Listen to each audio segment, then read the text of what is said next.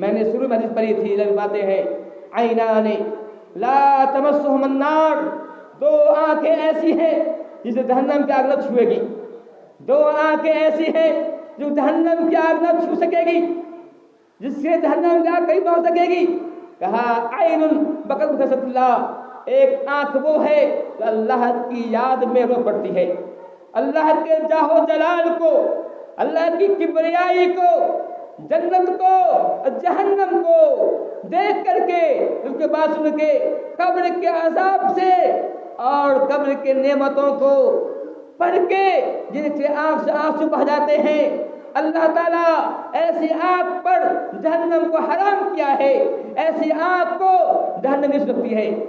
کہا عین بقت خشیۃ اللہ، ایسی آنکھ اللہ سے روک پڑتی ہے، ایسی آنکھ اللہ تعالیٰ نے جہنم کو حرام کیا ہے۔ ہماری آنکھ کیسی ہے؟ ہم میں سے ہر ایک اپنا محاسبہ کرے، اپنے دامن میں جھانک کر دیکھے، کیا ہم اللہ کی یاد سے روتے ہیں؟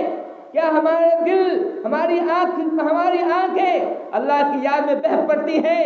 اگر ایسا ہے تو ہم خوش نصیب ہیں، ورنہ ہم بد نصیب ہیں، ہم محروم ہیں کہ ہماری آنکھیں اللہ یاد سے نہیں رو پڑ رہی ہیں۔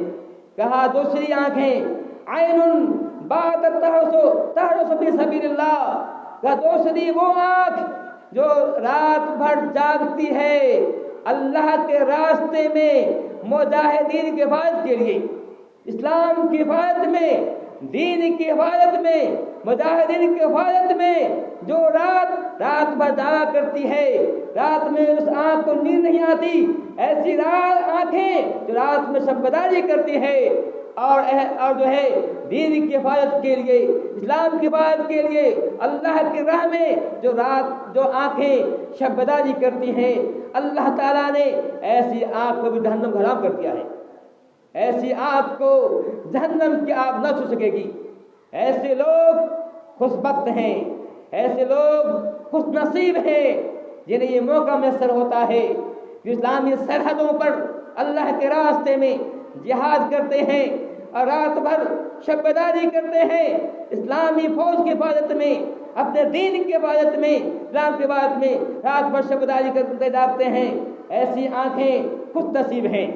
اللہ کے نبی کا حدیث لے باتیں ہیں لا يجد النار من بقى من خشیۃ اللہ، فرماتے ہیں کہ ایسی آنکھ جو اللہ کی ڈر سے رو پڑتی ہے، ایسا جہنم داخل نہیں ہوگی، جہنم داخل نہیں ہوگی۔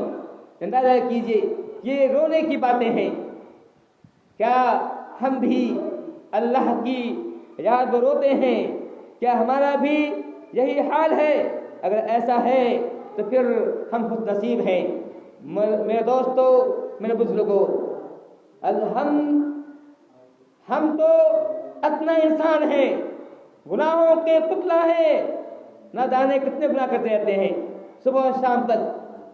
ہم اپنا محاسبہ کریں اور نبی پاک کو دیکھیں، آپ صلی اللہ علیہ وسلم جو خطا سے پاک ہیں، نسیان سے پاک ہیں، غلطی سے پاک ہیں، آپ سے غلطی نہیں ہوتی ہے، نمازیں میں خوب پڑھتے ہیں، زکاتیں میں خوب جا کرتے ہیں، صدقے خوب کرتے ہیں، روزے خوب رکھتے ہیں، حج بھی کرتے ہیں، ہر آن آپ کی فکر یہ ہوتی ہے کہ اللہ کو راضی کیا جائے، اس کے باوجود ان کا کیا حال ہے۔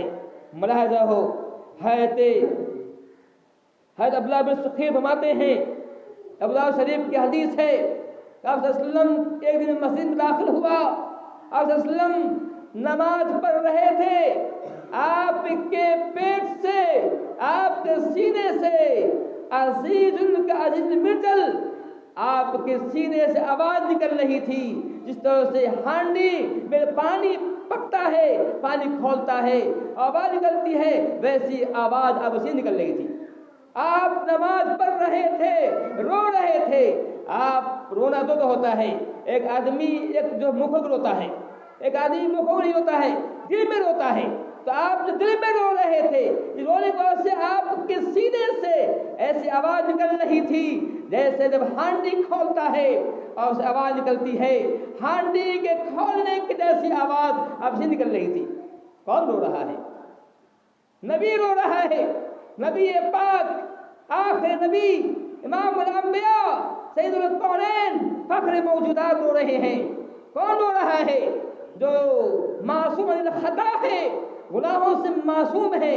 کون رو رہا ہے؟